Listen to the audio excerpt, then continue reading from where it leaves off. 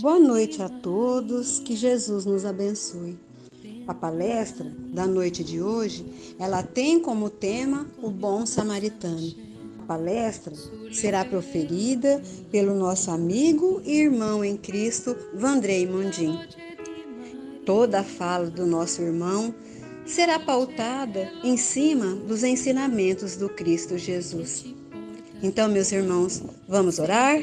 Senhor Jesus, amigo de todas as horas, de todos os momentos, bons ou ruins, está sempre a nos orientar, nos amparar, sempre com as melhores palavras e os melhores sentimentos. Queremos agradecer ao mentor da nossa Casa Espírita Caminho da Luz. Gratidão aos anjos guardiões que guardam aquele templo de oração com tanto amor, com tanto cuidado. Que nesse momento tão especial da palestra, que só o Espírito Santo de Deus possa nos fazer companhia.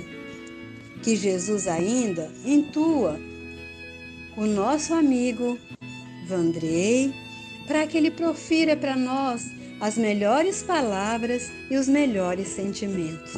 Sentimentos esses de amor, de paz e de orientação. Gratidão também a Jesus pela oportunidade que estamos tendo de assistir essa palestra, para que o nosso coração fique ainda mais repleto de ensinamentos. Então, Jesus, nesse momento tão especial, eu te convido. Fique conosco, Jesus, hoje, agora e sempre. Que assim seja, Jesus, graças a Deus. Muito boa noite a todos. Nosso amado Mestre Jesus nos envolve em seu abraço. Sempre ao longo da história, percebemos a humanidade buscando, de alguma forma, compreender a essência do ser. Busca detectar quais são os meios pelos quais nós devemos agir, pensar, realizar, para que possamos estar de acordo com as leis da natureza, a fim de promovermos o nosso progresso e sofrermos menos as sanções que essas mesmas leis naturais promovem para aqueles que ousam ultrapassar os limites impostos por Deus. E eu costumo dizer que nós fazemos inúmeros esforços para compreender a natureza, quando a primeira revelação que veio com Moisés já nos deixou, de alguma forma, um roteiro claro, um roteiro muito simples, mas ao mesmo tempo difícil de ser seguido ao longo da nossa existência. Moisés nos traz a revelação e Jesus explica, deixa de forma mais clara esta revelação, nos convidando de forma muito serena, mais ou menos assim: faça isso e herdarás o reino dos céus. Olhando do ponto de vista espírita, vamos compreender esse convite de Jesus: faça isso e terá condições de se tornar um espírito perfeito, e herdarás a possibilidade de viver no seio de Deus e de trabalhar assim como a vontade do nosso Pai. E essa passagem está lá, no Bom Samaritano. Quando Jesus conta essa pequena história, e é claro que hoje nós não vamos somente trabalhar essa pequena história, nós vamos voltar um pouquinho no tempo e compreender desde o momento em que Jesus sai da Galileia, passa pela Samaria, nas portas, na entrada, às portas de Jerusalém, quando ele se depara com o mestre da lei, ali sim, ele vai ter um pequeno diálogo com o mestre, que nós veremos qual é, e depois ele conta a história do bom samaritano. Vandrei, por que nós temos que fazer todo esse acompanhamento? Para a gente entender por que Jesus conta a história. Às vezes nós pegamos, destacamos a parábola do bom samaritano e nos preocupamos de interpretá-la, mas se nós não voltamos na história para ver como foi até o momento de Jesus chegar às portas de Jerusalém, onde ele conta a história, talvez nós não conseguimos fazer um aprofundamento em conhecimento com base naquilo que Jesus conta com a parábola do bom samaritano. Porque a parábola, ele é o fechar da ideia. A parábola, eu costumo dizer assim, é o desenhar. É mais ou menos assim, olha, daqui até aqui não foi possível compreender, então eu vou desenhar para vocês. Aí ele conta a história para tentar deixar claro, não deixar dúvidas daquilo que ele está tentando ensinar. Bom, como eu disse, Jesus ele se encontrava na Galileia, em algum ponto da Galileia. E naquele momento ele faz uma escolha e vai dizer aos seus apóstolos, pois os apóstolos estavam seguindo Jesus, estavam com Jesus naquele momento. Ele fala, nós sairemos da Galileia e vamos a Jerusalém. Só que Jesus ele escolhe um caminho assim, bem atípico, né? Para a época em que ele estava aqui na terra, que era sair da Galileia, passar pela Samaria e ir até Jerusalém. Sendo que ele poderia ir por um outro caminho direto a Jerusalém. Por que nós dizemos que é atípico? Porque os apóstolos se sentiram incomodados em passar pela Samaria. Esse problema que nós estamos vivendo na atualidade das guerras é uma coisa muito antiga. Nós estamos vendo agora a guerra entre Jerusalém, a faixa de Gaza, o povo palestino, mas porque é algo que já aconteceu há muito tempo. Aconteceu antes de Jesus. Só que nós já vemos o reflexo ao tempo de Jesus. Quando ele fala que vai passar pela Samaria, os seus discípulos, os seus apóstolos, já falam assim, mas como assim? Nós não vamos por não. Por quê? Porque já havia uma rixa entre os povos. Né? Quando o povo do norte, a região do norte, foi invadida, né, pelas tribos de Javé, e que há uma mistura de culto, de crenças, é claro que os judeus fizeram aquilo, não, ó, vocês estão misturando tudo, então sai daqui. Aqui no sul, vocês não vão ficar. Então nós já vamos vendo a história, criando grupos e fazendo separações.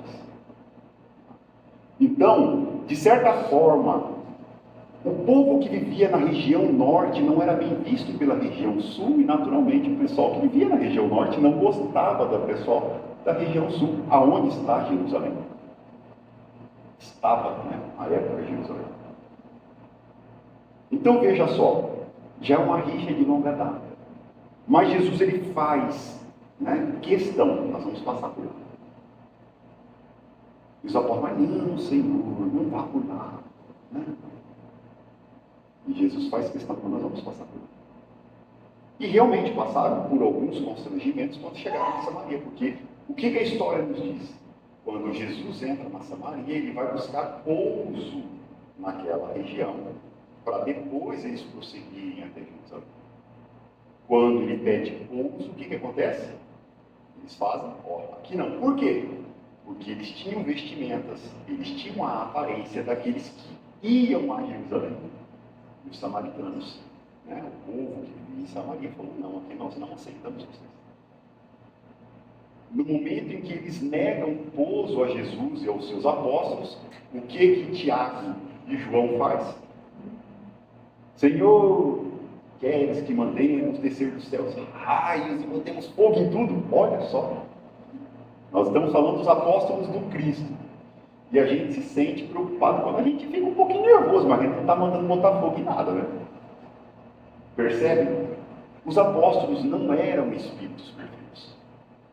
Eles possuíam problemas morais. E olha que ali junto estava João, que era tido como apóstolo amoroso do Cristo. Mas tinha também os seus limites. Percebe? Também eram almas em progresso. Talvez almas já bem mais resolvidas em determinadas virtudes que nós ainda não resolvemos. Mas possuíam chagas morais também. E Jesus queria que algo nesse sentido ocorresse, porque ele queria lá na frente, quando ele entrasse em Jerusalém, ele pudesse trazer uma história que seria mais importante para os seus apóstolos, que depois estariam com o compromisso da divulgação da sua palavra quando ele retornasse ao mundo espiritual, do que propriamente para o doutor da lei, que faria a pergunta a Jesus. E agora nós vamos entender isso. Então, saindo da Samaria, eles se direcionam a Jerusalém. Às portas de Jerusalém, Jesus começa a fazer uma pregação e eis que, a história vai nos dizer, né, um mestre da lei se levanta, aquele que tinha um profundo conhecimento sobre as leis, que não só estudava em profundidade a Torá, mas também tinha o compromisso de divulgar, de ensinar as pessoas. Então ele tinha muito conhecimento. Ele se levanta, é claro que nós sabemos, a história vai dizer que esse mestre da lei estava tentando Jesus, né? Ele queria instigar Jesus para que Jesus fizesse algo de errado, e fazendo algo de errado, é claro que ali eles prenderiam Jesus. Porque eles eram contrários à ideia do Cristo, a forma como Jesus pregava determinadas coisas. E por interesse próprio, é claro que eles queriam pegar Jesus, tentar Jesus de alguma forma, para que Jesus se entregasse, e se entregando, Jesus poderia ser preso. O que faz o mestre da lei? Qual é a pergunta que o mestre da lei faz a Jesus? Ele vai dizer o seguinte: mestre, depois de fazer o que herdarei a vida eterna? E o que Jesus responde? O que está escrito na lei? Como lês? Você já pararam para perceber que Jesus lança duas perguntas? O mestre da lei pergunta: Senhor, mestre, depois de fazer o que herdarei a vida eterna? Jesus pergunta: o que está escrito na lei? Como lês? Porque uma coisa é o que está escrito. Eu sei o que está escrito. O que você entende daquilo? Se você já leu e já tem um conteúdo, como que você pratica aquilo? Você entendeu bem a lei? Está praticando ela? Jesus, sempre muito adepto da maêutica socrática, ele não dá respostas assim, desenhadinhas, né? Ele sempre conta histórias e lança perguntas para avaliar como a pessoa entendeu. Mas ele não diz o que tem que fazer, o que não tem que fazer. Ele conta histórias, ele traz conteúdo e lança perguntas para que a pessoa faça a reflexão e conclua por si mesmo o que ele deve fazer. Então ele fala assim: uma coisa é o que está escrito, agora eu quero saber como que você entende o conteúdo que ali está escrito. O que o mestre da lei responde? Vai nos trazer um mandamento maior. O mestre da lei diz assim: amarás o Senhor teu Deus de todo o teu coração, de toda a tua alma, com toda a tua força, e até o próximo como a ti mesmo. Todo judeu tem isso decorado, né? Eles estudam a Torá a tal ponto de ter aquela obra decorada. Tem um conhecimento da história da própria Bíblia, seja Velho e Novo Testamento, de uma forma assim indiscutível. Eles têm muita história. Mas é isso que está escrito. E agora, o que nós entendemos por isso? Essa é a pergunta. O que significa amar a Deus de todo o teu coração? Percebe que nós estamos falando do mandamento que depois, né, isso vem do tempo de Moisés, né? Mas Jesus, ele vem e ele vai destacar esse mandamento e vai dizer mais ou menos assim: olha, aqui mora tudo que você precisa fazer. Se você seguir esse mandamento, acabou. Herdarás a vida eterna. Só o primeiro mandamento. Mas nós entendemos o primeiro mandamento? Jesus, ele questiona o mestre da lei para saber, será que ele entendeu mesmo? Ele sabe o que está escrito. Ele falou. Mas o que você entende por isso? Amarás o Senhor teu Deus de todo o teu coração, de toda a tua alma e com toda a tua força. E ao próximo como a ti mesmo. O que é amar a Deus de todo o teu coração? Um dia eu parei para ficar pensando nisso daqui. Eu falei assim: meu Deus do céu, eu não sei amar a Deus, porque eu não sei nem o que é amar a Deus de todo o teu coração. O que isso significa? Os grandes estudiosos, né, da língua hebraica, não é o meu caso, então é claro que eu vou me apossar da pesquisa de grandes estudiosos da língua hebraica. O que eles dizem? Se nós queremos compreender algo que foi falado lá na antiguidade, dessas línguas mais antigas, nós temos que voltar lá nessa língua, não tem como ser diferente. Eu tenho que ver o que significava essa palavra coração, primeiro por hebraico, e do hebraico. Eu tenho que ir lá entender o que significa aquela palavra, o que representava essa palavra para o povo à época. E coração, para o povo daquela época, representava sentimentos e pensamentos. Para eles, o coração era a sede dos pensamentos e dos sentimentos. Hoje nós fazemos uma separação, né? Quando a gente quer falar de sentimento, nós apontamos para o coração. Quando nós falamos de pensamentos, a gente aponta para o cérebro, né? Mas naquela época não. Naquela época o coração era a sede dos pensamentos e dos sentimentos. Então, quando nós somos convidados a amar a Deus de todo o coração, nós estamos sendo convidados a amar a Deus com bons sentimentos e bons pensamentos.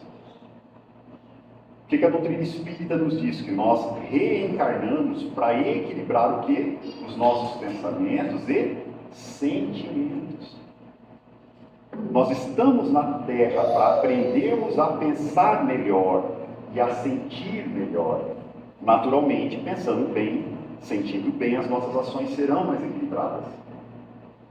Então vejam que, quando nós começamos a nos aprofundar no conteúdo e fazer uma reflexão mais profunda do significado dessas palavras, é claro que nós vamos compreendendo os mandamentos maiores. Mas tem mais.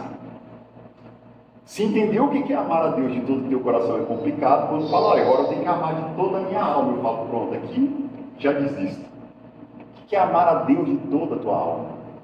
O que isso significa? Novamente nós voltamos para as línguas, para a língua na qual isso surgiu. E nós vamos compreender que a alma para eles representava a ação. Por que isso representava a ação? Porque a alma é o que dá vida. Um corpo sem a alma não faz nada. O corpo que tem uma alma age, realiza, constrói.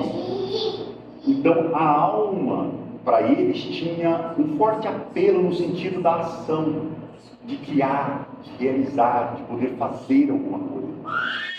Então amar a Deus de toda a tua alma é realizar as coisas, é fazer as coisas. Mas fazer, de acordo com o ponto de vírgula lá no final, assim como os bons pensamentos e sentimentos, para o próximo. Como nós fazemos para nós mesmos. E nós vamos compreender isso melhor. Com toda a tua força também. O que significa força? O que representa força no mandamento maior?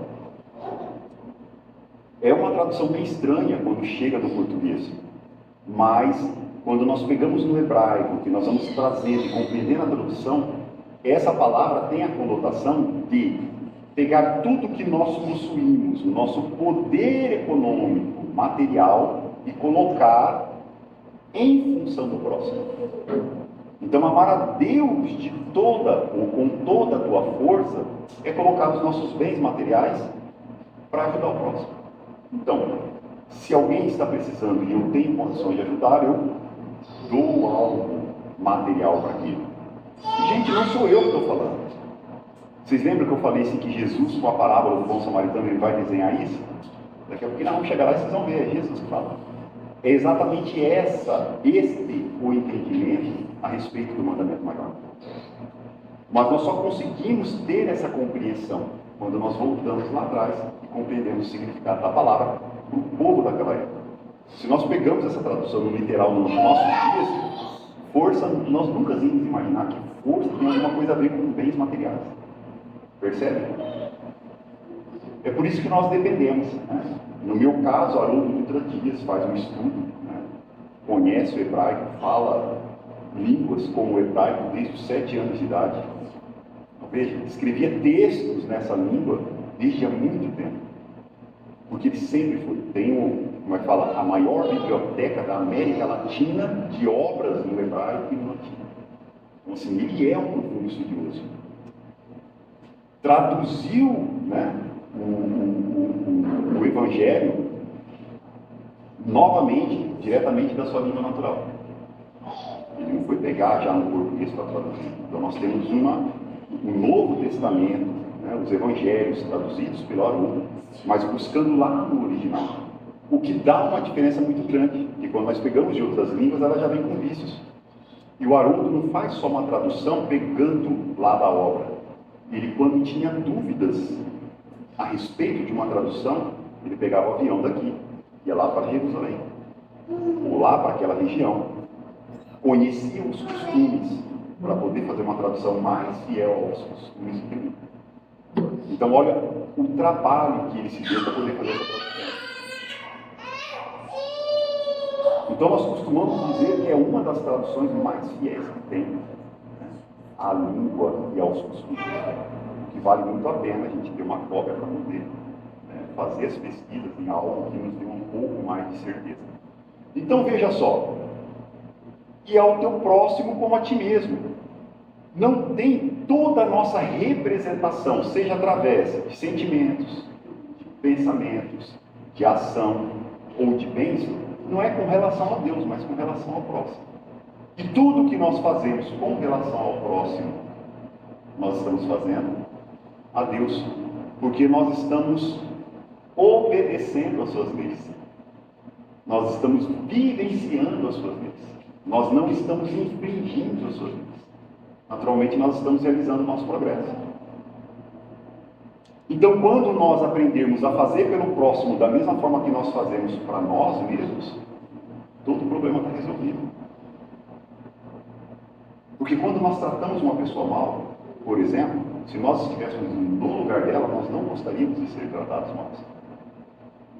Quando alguém chega até nós e nos pede algo porque está com fome,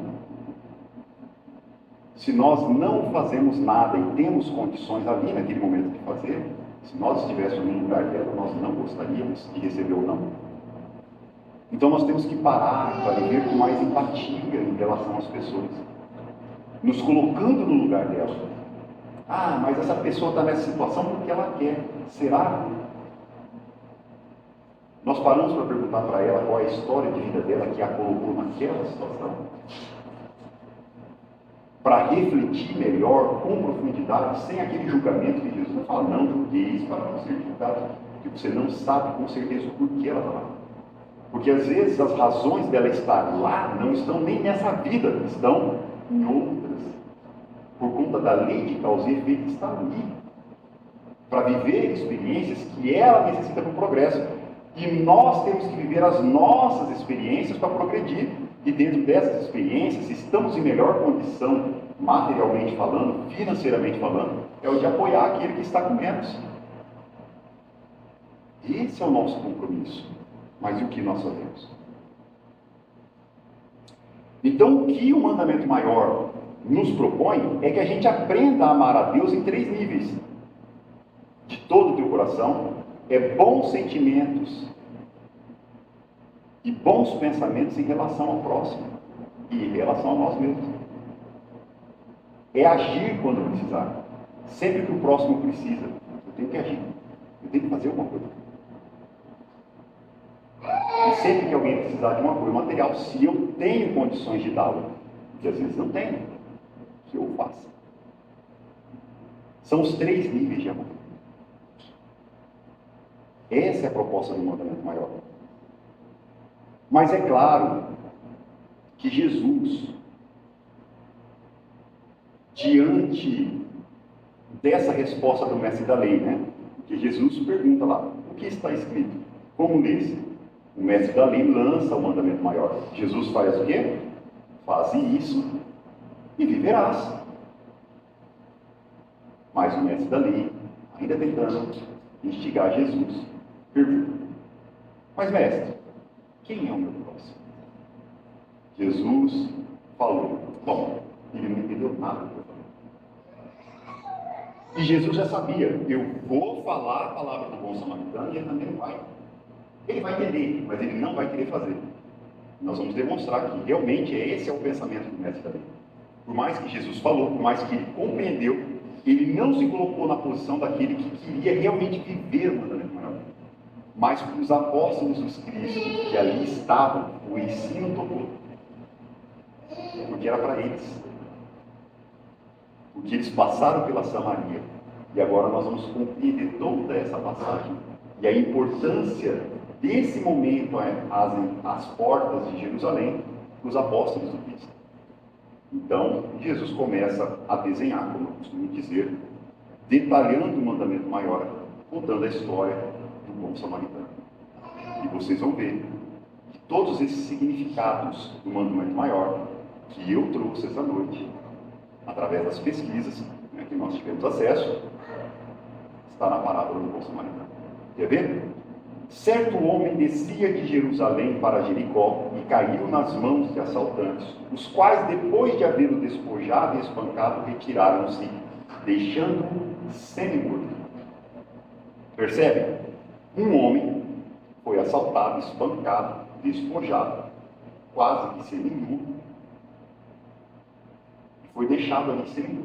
Nós não sabemos quem era esse homem. Nós não sabemos se ele era rico.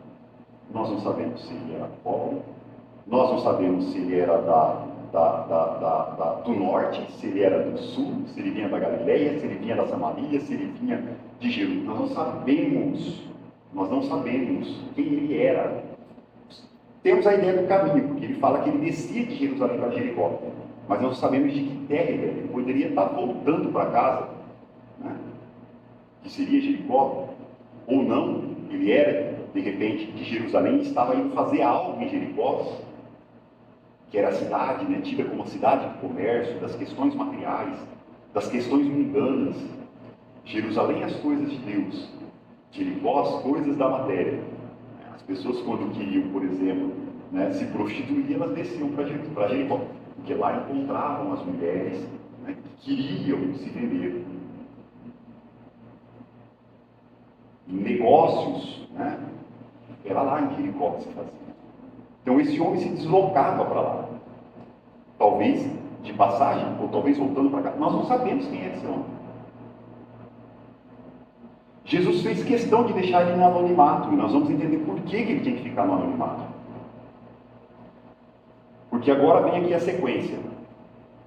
Por coincidência, certo sacerdote descia por aquele caminho e ao vê-lo passou pelo lado oposto. Um sacerdote, mestre da lei, profundo conhecedor das leis, ele conhecia o mandamento maior. Ele passa por ali, vê o homem caído e não faz nada. Ele passa pelo lado oposto. Vocês sabem por que o sacerdote não fez nada? Porque ele não sabia quem estava ali caído. Se fosse um samaritano, por exemplo, se ele tocasse naquele samaritano e alguém visse, ele perdia o seu título de sacerdote. E, naturalmente, os recursos que ele angariava por ser um sacerdote. Você acha que ele ia colocar os seus interesses pessoais em risco? Pergunto para vocês, ele conseguiu amar o próximo no primeiro nível do amor? Ele teve bons sentimentos e bons pensamentos em relação àquele? De todo o teu coração? Não, né? E de toda a tua alma? Ele não agiu, ele não fez nada. Ele passou pelo lado oposto e ó. Quantas pessoas nós vemos pelas ruas, ou talvez nem enxergamos, porque a gente anda tão assim, né? Focado nas nossas coisas, às vezes as pessoas estão pelas ruas precisando, a gente nem percebe as pessoas. Tentando trazer um pouco para o nosso cotidiano. De forma semelhante também o levita que vinha por aquele lugar, ao vê-lo, passou pelo lado oposto. Então percebe que mais um conhecedor, o levita, que também ajudava na disseminação da palavra, dos ensinos da Torá, ajudava a fazer cópias, né? Também da obra.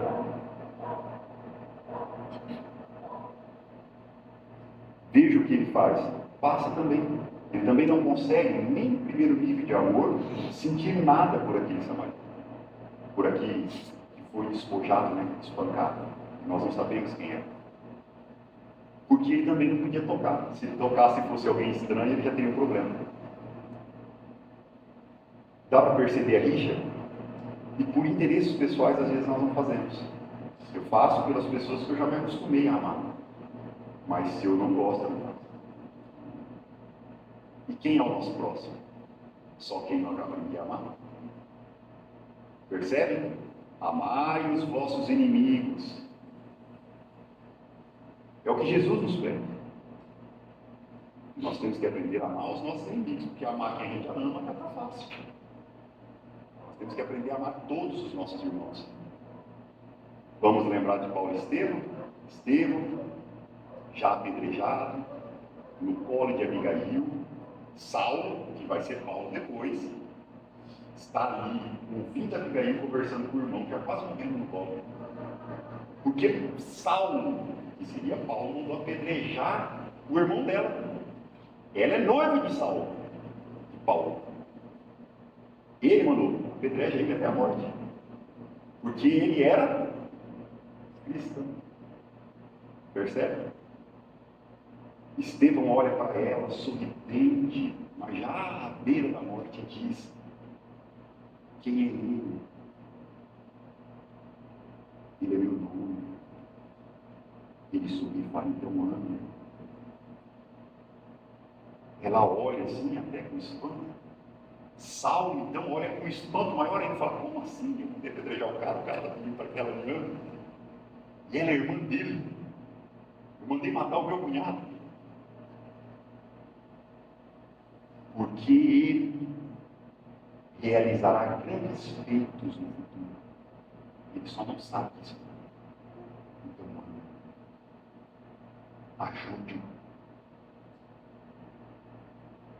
Essa fala de Estevão, quando nós lemos a história, corroía Paulo por dentro. Porque ele não conseguia entender como alguém era capaz de amar aquele que mandou matar.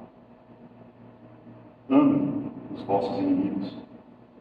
Então ele não consegue chegar nem no primeiro nível de amor, é ter bons pensamentos, bons sentimentos por aquilo que ele está. Mas olhem agora, certo samaritano, olha o que Jesus pega. Vai lá e pega o cara lá da Samaria e coloca. Aquele que o mestre da lei não suportava. Olha lá, pega o samaritano lá. Por quê? Eles tinham passado pela Samaria há pouco. Os seus apóstolos não gostavam dos samaritanos. E ele queria usar como exemplo para mostrar: olha quem que vocês atacaram. Certo samaritano em viagem veio até ele e, ao vê-lo, compadeceu-se. O que é a compaixão? Não é um bom sentimento? Estão percebendo o primeiro nível do amor? Ele teve bons pensamentos e bons sentimentos em relação àquele que estava caído, espancado. Isso é compaixão. A compaixão é aquela virtude que no primeiro momento nos faz sentir até um pouquinho da dor do próximo. Porque nos dá uma coisa ruim, né? Eu vejo a pessoa em sofrimento, me dá uma sensação. Eu costumo dizer assim: vamos imaginar uma criancinha muito pequenininha, aos seus 2, 3 aninhos de idade, se a gente passa e vê ela de repente uma lata de lixo pegando comida para comer. Isso não nos dói no coração? A gente sente aquela coisa por mim, meu Deus. Isso é a compaixão. Ela faz com que, ela permite que a gente sinta um pouquinho daquilo que a outra pessoa está passando, a fim de tentar fazer despertar em nós um sentimento maior ainda, que faça com que a gente promova a ação. Aí entra uma outra virtude, que é a caridade. Então eu estou agindo, agora eu vou lá fazer algo por ele.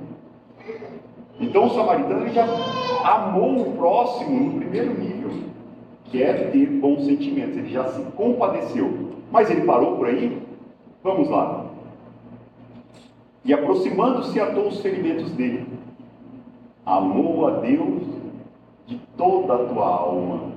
A alma é a ação, lembra? O que ele fez? Ele agiu. A compaixão foi suficiente para despertar um sentimento maior, a ponto de ele conseguir agir. Ele falou: não, eu tenho que ajudar, eu vou lá. E atou os ferimentos dele, fazendo o quê? derramando óleo de oliva e vinho, bens materiais que ele colocou em favor do próximo. O que ele fez? Amou no terceiro nível, com toda a tua força. Está ficando lógico agora a questão do primeiro mandamento? Vê que Jesus ele vai desenhando, né? Para não deixar dúvidas. Após colocá-lo sobre o seu próprio animal de carga, ou os bens materiais. Hoje nós colocaríamos o nosso carro, né? Bota ele lá no carro, eu vou usar o meu carro para fazer esse favor para ele, porque ele está precisando. Porque se eu me encontrasse na situação dele, eu ia querer alguém fazendo isso por mim. Percebe? Então, fazendo pelo próximo é a Deus que nós estamos fazendo, porque nós estamos promovendo o nosso progresso moral. Após colocá-lo sobre o seu próprio animal de carga, levou a uma hospedaria e cuidou dele. Olha só, cuidou ali, levou para uma hospedaria, um hotel, vamos dizer assim. Chega lá, continua cuidando dele, então ele continua agindo. E se ele continua agindo, é claro que ele está agindo porque ele ainda está imbuído de bons sentimentos e bons pensamentos, porque ninguém continua agindo tanto tempo se não está com bons pensamentos e sentimentos também. Só que ele não para por aí. No dia seguinte, tira 2 denários, né, que é 2 dinheiros da época, e dá ao hospedeiro. Então ele pega mais bens materiais e entrega para o hospedeiro. E disse ainda, né? Cuida dele para mim, porque ele ainda necessita de cuidados. Mas eu tenho que continuar a minha viagem, porque tenho algo a fazer. Mas eu vou voltar e vou passar por aqui. E se você gastar alguma coisa a mais, pode deixar que eu reembolso. Percebe? Mas veja, como eu disse, Jesus nunca chega diretamente para aquele que ele ensina e dá, né, a receitinha do bolo. Ele chega lá e pergunta ao mestre da lei: qual destes 3 te parece ter se tornado próximo do que caiu nas mãos dos assaltantes? Quem foi próximo daquele que caiu nas mãos dos assaltantes? O samaritano. Aquele que o judeu odiava. Quem que o judeu tinha que amar? Não era aquele que estava lá espancado, mas é o samaritano. Percebe?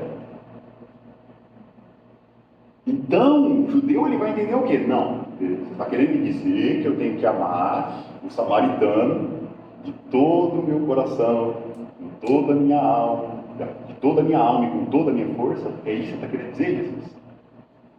Ele entendeu isso porque ele vai responder assim: o que praticou misericórdia com ele. Então ele entendeu. Ele sabia que ele deveria amar aquele próximo lá. Porque todo mundo fica pensando que o próximo é aquele que caiu na mão dos assaltantes, mas não é. O próximo é o samaritano. Porque havia rixa. Você tem que aprender a amar esse. Porque eu sei que às vezes amar aquele outro para você vai ser mais fácil. O que estava lá espancado. Mas não. No seu caso, você tem que amar lá o samaritano. Aquele que você odeia, aquele que é teu inimigo. Tem as guerras até hoje. Os mesmos povos brigando. Onde nós erramos? Andrei, não tem nada a ver com isso. Por que você diz assim, onde nós erramos? Vocês acham que nós não fazemos parte dessa história? De outras reencarnações? Percebe? Talvez hoje nós estamos sendo poupados dessa situação, porque é o tipo de experiência que nós temos que viver. Mas e na próxima reencarnação? Onde nós vamos reencarnar? Lá? Ou aqui no Brasil?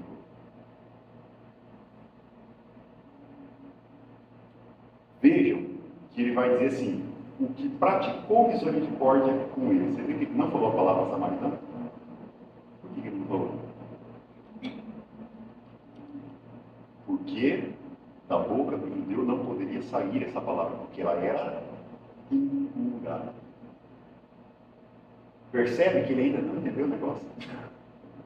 Ou melhor, ele entendeu, mas ele não quer fazer, porque ele ainda tem interesses. Ele não conseguiu se libertar de determinadas amarras ainda, que o permitiriam amar aquele próximo nos 3 níveis de amor. Com misericórdia, não vou falar samaritano. Disse-lhe Jesus: vai e faze tu do mesmo modo. Se você fizer igual, herdarás a vida eterna. Mas o grande foco de Jesus estava principalmente nos seus apóstolos. Entendeu por que ele passou pela Samaria? Teve uma situação desagradável, mas agora os seus apóstolos compreendem. Olha quem vocês devem amar. Inclusive os samaritanos. Eu irei, vocês terão que pregar esse amor para todos. Não é só para aqueles que vocês acreditam que faz parte do convívio de vocês como boas pessoas, mas é para todos. Não é só para aqueles que vocês já gostam, da tribo que vocês, não, são todas as tribos. Porque Jesus, ele veio para pegar esse amor. Veio para tentar unir as pessoas. Se nós queremos, nós estudamos tanta coisa no Espiritismo. Mas no fundo, o que nós temos que entender é isso, que nós temos que amar os outros. Seja ele quem for o outro. Se a gente fizer isso, acabou. Nós já temos a garantia de nos tornarmos espíritos bons. E assim, continuarmos com o nosso progresso. Por isso que eu falo, é muito pouco, mas é um pouco muito difícil, quando nós carregamos dentro do nosso mundo íntimo determinadas mazelas, determinadas chagas morais, que entravam, atrapalham a nossa ação, a nossa forma de pensar, a nossa forma de sentir. Então, meus amigos, eis aí um convite, né, que Jesus, que Moisés, na sua primeira revelação, faz a todos nós. Que nós aprendamos a amar a Deus nesses 3 níveis. Lembrando que amar a Deus, nós só vamos representar esse verdadeiro amor quando nós fizermos isso para o nosso próximo, da mesma forma que nós fazemos para nós. Então nós temos que nos colocar no lugar do outro a todo momento para tentar perceber se eu estivesse no lugar dele e ele estivesse fazendo isso para com a minha pessoa que eu gostaria. Sim ou não? Não. Então não faça, tem coisa errada.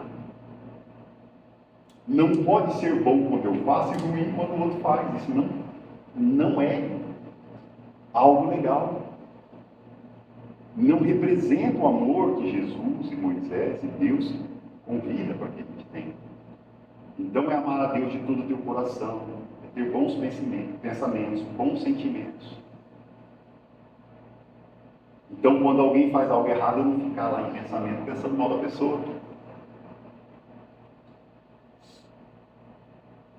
Porque a gente tem esse hábito, né? A gente já começa a destruir a pessoa de pensamento. E se aparece um amigo nosso por perto ainda, a gente já fala, você viu fulano? E a gente começa a destruir. Então, assim, isso não é ter bons pensamentos, nem bons sentimentos em relação à pessoa. Além de não ajudar, ainda está prejudicando mais a outra ainda. Porque nós começamos a fazer determinados julgamentos que nós não temos nem certeza se a pessoa vive aquilo lá realmente por conta daquilo ali que a gente está pensando. Porque nós não estamos na realidade da pessoa.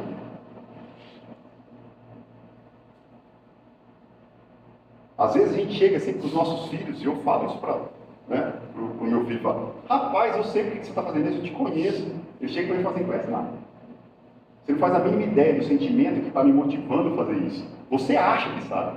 É o que ele disse. E o psicólogo dele falou a mesma coisa, você acha que sabe o sentimento, você não sabe nada. Você não tem a mínima ideia do sentimento que está motivando ele a fazer aquilo. Porque a gente sempre vai avaliar outras pessoas por sentimentos que nós temos e não por sentimento que ela tem. E os nossos sentimentos não são os mesmos dela.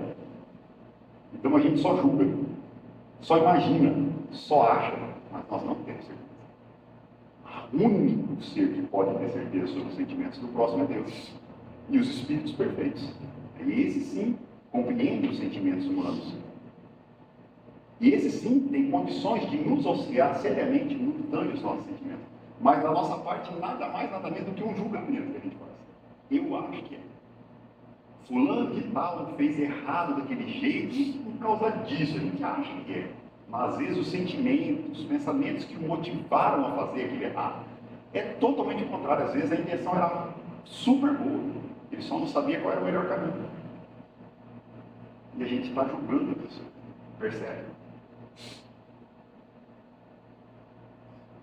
Se aprendermos a amar no primeiro nível, que é tendo bons pensamentos e bons sentimentos, é muito difícil sair ações ruins. Pode ser que não saia ação nenhuma, mas uma ação ruim é quase impossível, porque as nossas ações elas são motivadas por aquilo que nós pensamos, por aquilo que nós sentimos. Ou alguém age aqui sem pensar ou sem sentir. Todas as nossas ações, o veículo das nossas ações são os nossos pensamentos. A ação é o reflexo do pensamento ou de um sentimento.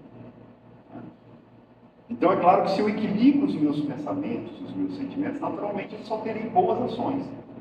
Mas a gente tem que aprender a agir. Porque também não basta chegar lá, ter compaixão. Aí eu estou olhando para o rapaz lá caindo, ou para a criancinha passando fome. Eu olho, senti aquela coisa ruim, mas estou sem tempo, deixa eu ir embora. Eu tive um bom sentimento bom, mas eu não agi, eu não fiz nada para resolver aquilo lá. Então aí eu acabo anulando o segundo nível do amor. A gente tem que ir completando. E se for necessário, é óbvio, colocar os nossos bens em favor do próximo, a gente tem que colocar. Porque os bens que nós imaginamos ser nossos não é nada nosso. De quem que é toda essa matéria? Quem é o Criador dela? Deus. Então o que nós possuímos só está emprestado. E depois que a gente se encarna, a gente não leva nada. E às vezes volta na outra reencarnação sem nada. E às vezes passa a vida inteira sem nada. Porque é o tipo de prova que nós temos que viver. É as experiências que nós temos que ter para realizar o progresso. Então percebe que nós não temos nada enquanto matéria. Mas nós temos um bem, que é o bem mais valioso que qualquer um poderia ter. A nossa capacidade de pensar. A nossa vida é poder existir e realizar a partir dela. Esse é o nosso maior bem. É o que nós vamos levar quando nós saímos daqui. Nada mais. Não quer dizer que nós não podemos ter os bens materiais, mas nós temos que lembrar que nós só pegamos emprestados. E que se é do Pai, então é de todos. Então nós temos que colocar isso em favor do próximo. Não podemos esquecer disso. O próximo precisa. E, claro, colocar com sabedoria, no momento certo, na hora certa, compreendendo por que estamos fazendo aquilo. Eu costumo dizer para minha esposa assim, que às vezes eu tenho alguns lances, porque se faz um trabalho muito forte assim de não dá dinheiro para quem está nos pontos de semáforo, né? Você está incentivando aquilo lá. Mas eu já falei para minha esposa, tem determinado momento que o negócio bate no coração, cara, não adianta, eu vou dar. A pessoa pode falar o que quiser, que está deixando mal acostumado, mas se bateu no coração, eu falo, alguém está mandando fazer. Eu vou dar. Se gera um bom sentimento, alguma coisa, eu vou fazer. E eu e minha esposa, nós tivemos uma experiência, me permita contar só para que vocês entendam o porquê dessa questão de bateu, faça, olha para as pessoas de uma forma diferente. E tinha uma senhora, né, parada no semáforo, pedindo recurso para os carros. E ela vem em direção, e eu falei com minha esposa, vai lá e pega o dinheiro que tem. Era uma nota alta, né? Mas eu falei assim, pega esse dinheiro, dá. Porque eu ainda falei para ela, eu falei assim, eu não sei. Alguma coisa está batendo, está falando que é para dar. Dele. Quando ela deu, ela pegou na mão da mulher, a mulher falou assim, você vai me dar tudo isso? Aí ela pegou e falou assim, vou. Ela grudou a mão da minha esposa, ela chorava, ela caía em lágrimas, porque ela estava com problema. E ela estava ali porque ela não sabia o que fazer mais. Ela tinha crianças em casa que estavam passando fome. Ela contava ali o semáforo querendo abrir, ela contando um pouco da história, a gente ouvindo, ela chorando. E ela agradecia, e me falava umas frases assim, olha, fique em paz. Deus abençoe que a senhora possa conseguir muito mais, sabe? Mas é uma coisa que bateu. Onde eu estou querendo chegar? Não é na minha ação. Não se prendam à minha ação, porque daí vem falar assim, o André está querendo esse mundo. Não é nada disso. Se prendam à ideia de que nós não imaginamos o que a pessoa está vivendo do lado de lá e o que motivou ela a estar ali. Porque, às vezes, uma boa parte da sociedade fala assim, mas eles são vagabundos que estão pedindo em semáforo. Eu não estou dizendo que não tem os vagabundos, mas nós temos que parar para olhar as coisas com outros olhos. E nós vamos perceber e vamos conseguir selecionar determinadas coisas. Porque Deus ajuda. Porque eu costumo dizer assim, Senhor, traga quem realmente precisa. e me ajude a perceber para que eu possa ajudar verdadeiramente, para que eu não esteja empurrando uma pessoa para o abismo. Porque eu sei que muitos nós vamos dar o dinheiro que é para a droga. A gente sabe que ele vai sair dali para comprar droga. E a gente tem que saber como agir, né? Dentro desse movimento todo. Para não prejudicar, mas sim ajudar verdadeiramente. Então, às vezes, parar para conversar. Então, será que realmente é para comprar droga? Para o carro, dedica um tempo, vai estacionar o carro ali, vamos conversar um pouquinho, conversa. O que te levou a essa situação? Tem que entender o drama dele. Eu vi um vídeo essa madrugada, onde um rapaz, numa situação como essa, 45 anos, na minha idade, mas já tinha a aparência por conta das drogas, de pelo menos ali uns 50, 60 anos. E as drogas vão destruir a pessoa. Já bem aguentado, porque ele mesmo fala, estou bem aguentado. Por conta que as drogas vão me consumir. E a moça que estava fazendo entrevista comigo, conversando comigo, perguntou para ele assim, o que eu poderia fazer para você para te ajudar, para que você saiba disso. Mas eu amei a lucidez daquele cara. Ele falou, sim, você, cara. Só eu sou capaz de me ajudar. Querendo sair disso, eu não quero sair. Alguma coisa prendida.